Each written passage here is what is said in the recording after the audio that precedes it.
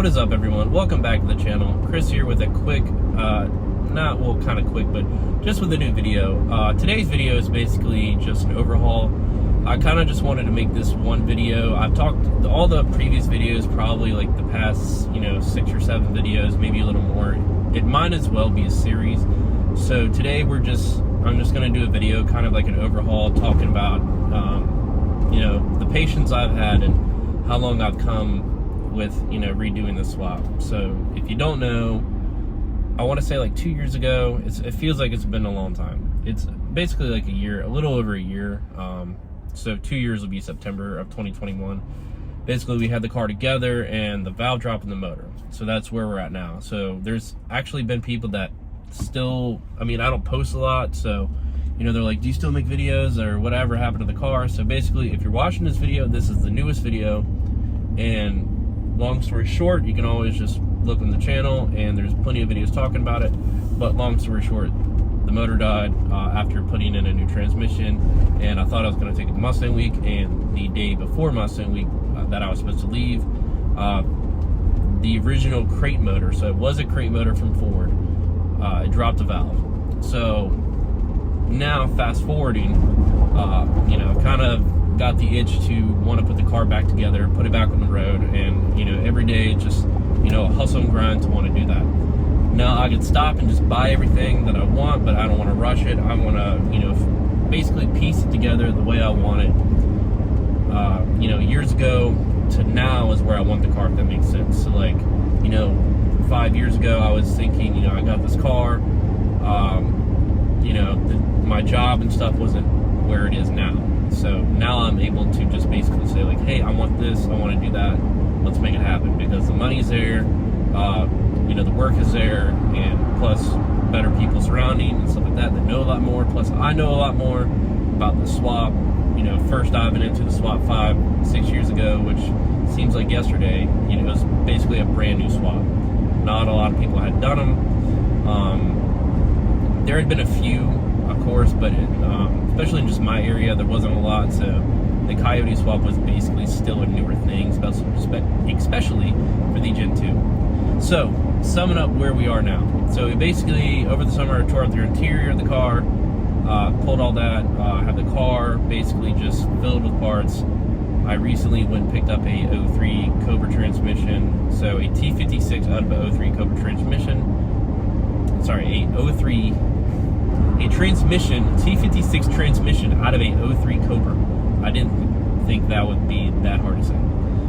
We have, the clutch, flywheel, all the parts that we need basically, except for maybe just a little miscellaneous stuff like the reverse or the lockout solenoid, still have to figure that out, and the drive shaft. But that is, very simple. I don't want to jump the gun until basically the car's basically put together, and then I'll figure out, if I need to buy just a brand new drive shaft, maybe someone has one laying around, because they are about $700 for the Cobra one. And then I have my Ford Racing one. There is a shop in Richmond that does drive shaft work, so they would possibly be able to shorten it. I'm not sure the measurements and all that. So basically, we have everything that I want. The last thing to do is, like I said in the previous video, is upgrade the fuel system to a 4 Innovations fuel system. And the reason I'm doing that is because, knowing a lot more that I know now, there's nothing wrong with the Lethal Performance Division X fuel system. But for tuning aspect and from, people that are very knowledgeable, that know a lot more about this stuff than I do, they all say 4 Innovations is the best route to go, because the data is just consistent and there's no problems whatsoever. So we're going to go ahead and basically pull the whole fuel system out, the one that's been in there. And it's been a good fuel system. There's 0 complaints. So if you're looking to buy a budget fuel system, go ahead. Lethal has a Division X, pretty good options, but I myself and from other people recommend 4 Innovations, but they are a little more pricier than the Lethal one. So then we're going to basically, after that, this coming month, I'm going to look a little more around to see my area, and I will be out of Texas for work. I'll be looking around there to see, just not Craigslist, I'm going to use that Facebook marketplacing, if there's a motor or something in the area. If there's not, when I get back home and, a couple days go by, maybe a week, can't find anything. Carpart.com, like I said in the past, it's just a big, open, wide search of the catalog for junkyards around the country. I would be calling these junkyards and getting a motor shipped. The good thing with that is they come with a warranty. But so once that motor comes, we're going to go ahead and piece together this whole car and drop it in. And after that, we will, fix any little miscellaneous issues like the drive shaft, anything like that. I just want to get the car working and going. And then tuning-wise, the car is still currently under a VMP tune. I'm not sure if I want to stick with them or go over to Lund. The only downside is, the N-Gauge is like the best, the all-be-all for tune devices, which it really was. I have an SCTX4. Lund does not, do anything with SCT anymore. So I will be basically, the X4 is still can plug in and I think read stuff, but it will not be a tune device, or just basically I'll get rid of it and go with the RTD, I believe it is, that Lund provides. But we will figure that out right when we get there. So it's just the small stuff, and then basically, from there, put the interior back together, figure out what pieces I need for the interior that I might want, put the seats in, do all that, and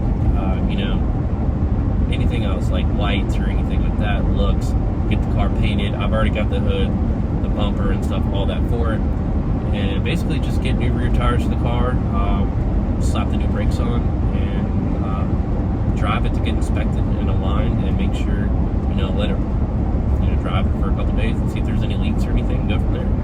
It's the biggest headache, honestly, for this car is just, it's like, once you get everything together, you believe it's going to run, there's always something small, like the issue I had with the motor a year and a half ago. And we're hoping that's not going to happen again, of course. But we're going to take our time, and I just kind of want the car to look, not show car, but I want the car to look its best. I want to be able to drive it, all summer, basically almost like daily drive it, summer, take it to the track if I want, or if I need, mess around on the street, take it to Cars and Coffee, or, Mustang Week, a car show, something. Just something like that with zero headache, like I used to have a couple years ago, how I used to, but the car was a daily driver. That was the problem. So anything and everything that broke on it was mainly aftermarket. So the car's parked. I'm having to basically borrow a car or something and wait for that part to come in and then put it in and go from there. So, but there's going to be videos coming on this when I get back. So it's like a month that I'll be gone, and I might make a video or two out there. I'm going to try to, visit LMR. Where I'm at, it's only like an hour or so away. Maybe if they have like a showroom or something, I'll be able to see that. But other than that, that's going to do it for this video, guys. I hope you're excited, because, my patients are like that. But, I'm getting really excited, pretty hype or whatever. I know I don't show it, but it's there. The excitement is there that, we're getting this car ready for the summertime. But that's going to do it for this video, guys. I hope you enjoyed this one. Make sure to subscribe for future content, and I will catch you guys later.